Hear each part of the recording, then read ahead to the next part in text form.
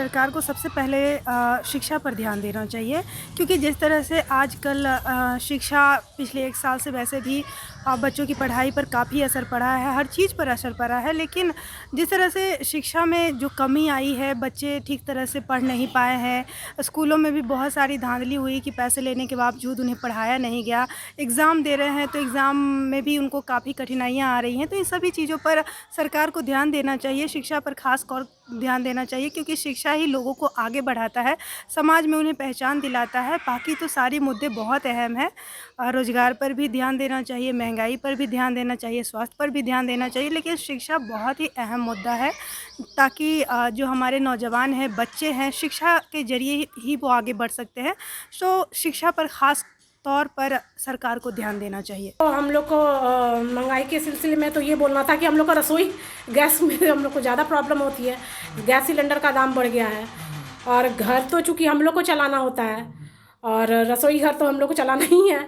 Education, हाँ, और रसोई गैस का दाम इतना महंगा हो गया है, दूध का भी बहुत काफ़ी महंगा हो गया है और प्याज का भी दाम बहुत बढ़ गया है, दाल का भी दाम, मतलब महंगाई बहुत बढ़ गई है। और हम गृहिणी लोग को तो भाई रसोई चलाने में बहुत काफ़ी दिक्कत का सामना करना पड़ रहा है और सरकार को इस ओर तो ध्यान देना ही चाहिए। हाँ, महंगाई पे तो ध्यान देना ही चाहिए, वो तो बहुत ज़रूरी है। शिक्षा की ओर भी ध्यान देना चाहिए, क्योंकि शिक्षा को लेकर अभी जिस तरह बिहार सरकार अपना रवैया दिखा रही है, उससे लग रहा है कहीं ना कहीं लोगों का पढ़ाई के प्रति मन उचट जा रहा है। क्योंकि ना पढ़ाई के बाद ना तो वैकेंसियाँ निकाली जा रही है, ना कुछ किया जा रहा है। तो कहीं ना कहीं युवकों को और देखा जाए तो सारे स्टूडेंट को कहीं ना कहीं मनोबल गिरता नज़र आ रहा है। तो मैं चाहूँगा कि सरकार को इन चारों चीज़ों पे ध्यान देना चाहिए, लेकिन शिक्षा जगत को और बढ़ावा देने की ज़रूरत है। और महंगाई की बात आ रही है तो मेरा ध्यान बार बार पेट्रोल पे अटक जाता है। हम लोग पर डे काम करने वाले लोग हैं, पर डे निकलते हैं मार्केट में। अब पेट्रोल है जो आज के डेट में 90+ चला गया है, तो काफ़ी दिक्कत हो रही है। अब बजट इससे तो गड़बड़ा ही जाता है ना सर। ऑलरेडी पेट्रोल महंगा ही था, 80 रुपये के करीब में था, 10 रुपये और बढ़ गया है। माइलेज कम देती है बाइक, काम ज़्यादा करना है, माइलेज कम दे रही है। 100 रुपये का पेट्रोल पहले लेते थे, अभी भी लेते हैं, अब माइलेज कम देती है। सरकार को भी महंगाई पर ध्यान देना। हाँ, सरकार को ध्यान देना ही चाहिए, पेट्रोल पे भी ध्यान दे, महंगाई भी दे, शिक्षा भी दे, बेरोज़गारी पे भी दे। बेरोज़गारी तो खैर ख़त्म है ही है बिहार में। बिहार में बेरोज़गारी है ही नहीं है।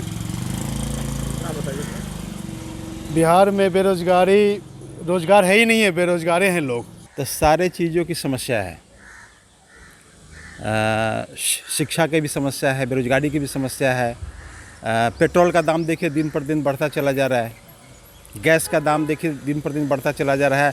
आम आदमी का बजट एकदम दयनीय होता चला जा रहा है। सरकार को इसकी कोई फिक्र नहीं है। सरकार अपनी कुर्सी बचाने के लिए, सत्ता में रहने के लिए सब कुछ करने के लिए तैयार है, लेकिन जनता के लिए कुछ करने के लिए तैयार नहीं है। ऐसी स्थिति में ऐसी सरकार का क्या मतलब होता है। बेरोजगारी भी इतनी चरम सीमा पे है, क्राइम बढ़ता चला जा रहा है। लोग बेरोजगार हैं, काम उनको नहीं मिल रहा है, तो क्या करेंगे? क्राइम करेंगे। और क्राइम पर देखिए दिन प्रतिदिन बढ़ोतरी होती चली जा रही है।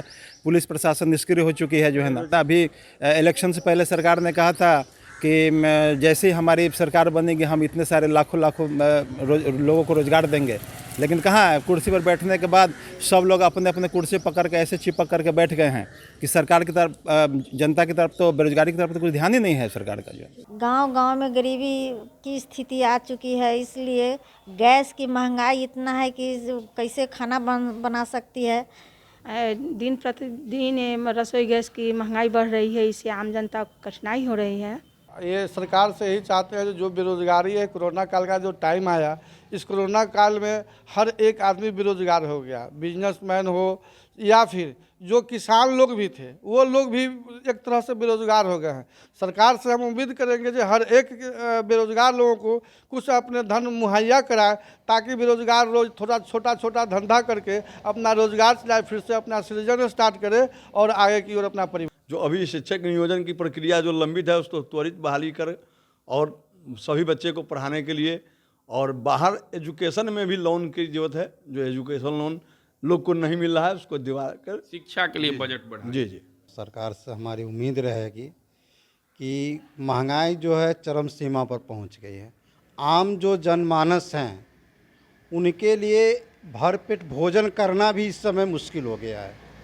अब उनको जो है भरपेट भोजन कैसे मिले, इसके लिए सरकार को इस पर इसकी व्यवस्था करना चाहिए, बजट में लाना चाहिए।